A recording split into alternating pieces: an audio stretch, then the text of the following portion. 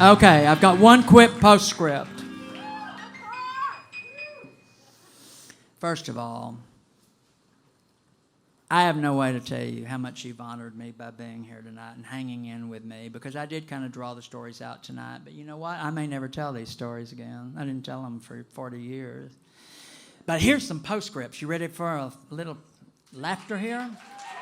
And then I want a mimosa. In 1974, I went back and found the treehouse that I had lived in. And believe it or not, the paperback was still right where I'd left it, up in the treehouse.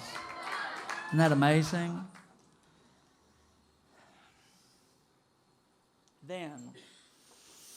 And I went to Mother's grave to tell her this, because right after that, Neville Dansby was found drowned in her bathtub giving herself a touch-up. She had taken some Valiums, she was drinking a martini, and she had Clairol in her hand, and the Clairol bottle was on the toilet.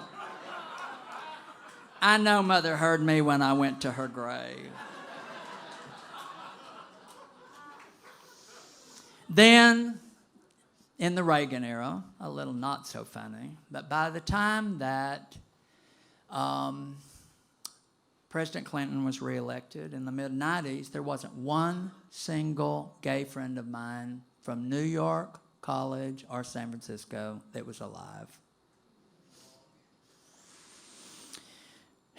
And you'll love this one. Remember Pat Parr, who would not let me in back in when I was at the end of Cochran Chapel Road?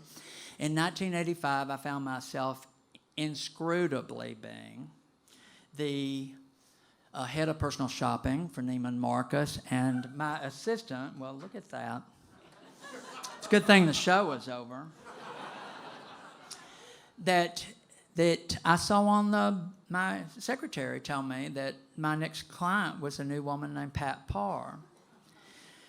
Well, obviously, I never, ever, ever, ever let her know. I will tell you this, and I didn't tell this at Sons of Herman, but I'm going to tell y'all, but never repeat this, okay? Because at the Sons of Herman, the CEO of Neiman Marcus, whom I adore, was actually there. But here's what I did. For years, I overcharged her. I did great, but I'd overcharge her. And if it was $800, I'd charge her $1,400, and then I'd keep the $600 difference, and my secretary and I called it the Robin Hood Fund. And when a woman, 51, that was divorced by the man that she put through college, came in and was trying to get a job at Eddie Holiday, I'd deduct $600 from that dress and send.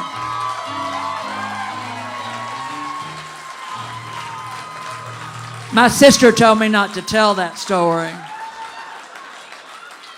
But this is a saloon crowd. I spot them. Then, in 1990, I was now the head of couture for Neiman Marcus, and they came, and we were having a personal appearance by Valentino at North Park. And the police came and asked me to leave with them, and it seems that Reeks had been murdered at home in his easy chair in a sign of the cross, 3 across, 4 down. In his Barca lounger. And it was no forced entry, so of course I was the murder suspect. But I'm here to tell you what I lie, I did not murder him. But I did say to the police, and this is one of the things when I really thought it was funny, because I really saw my sister being the big sister. Because I remember being under the lights down there, and I said, I didn't murder him, but I'm telling you, if you find out who did, please get their address and everything. They said, why is that? And I said, because I want to send them a thank you note. And I said, let me tell you something. I've been a borderline agnostic for years, and the fact that somebody murdered Reeks to me is proof there's a God. I prayed somebody would murder that man, and they did, and it wasn't me.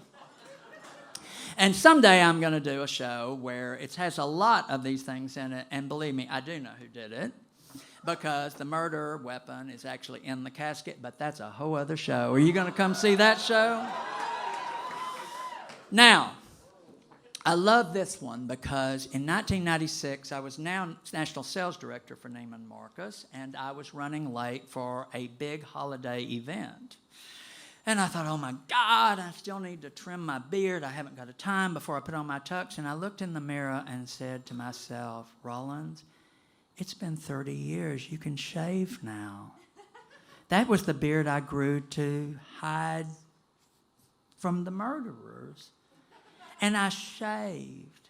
And I can't tell you what it felt like to shave. It was as good as being at those orgies. You know, it was so therapeutic. I like this one, 1996.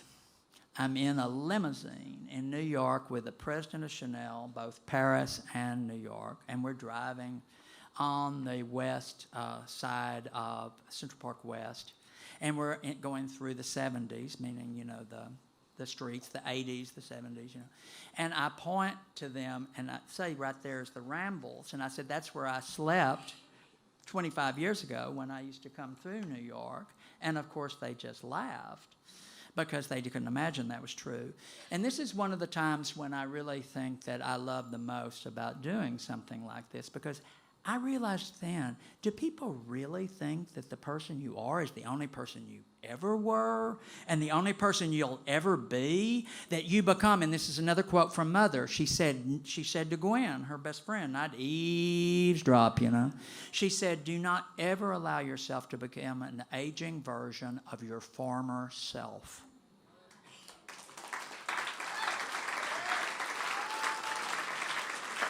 And then, last but not least, and actually, I should have mentioned at the beginning of that in 1976, I happened to be the third recipient of a National Endowment for the Arts Master Grant as Master Poet.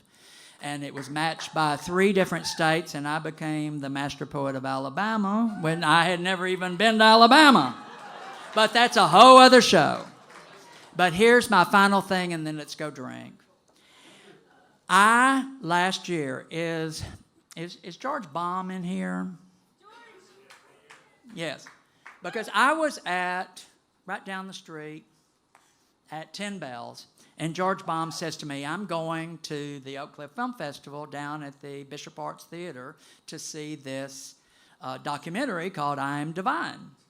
And I thought, okay, I'll go. It was Jeffrey Schwartz's documentary about Divine, because Divine went on to become very famous doing, Hairspray and all of the others, in the 80s. And so I went, and I'm sitting with George and them, and I'm watching this, and I knew that I'd seen Divine before and everything, and I know in my heart of hearts that not everybody had, and that I'd had a lot of very unusual sort of interludes in my life, and I'm hoping this show indicates that. But I nonetheless was really watching it just like everybody else. And then, oh my God.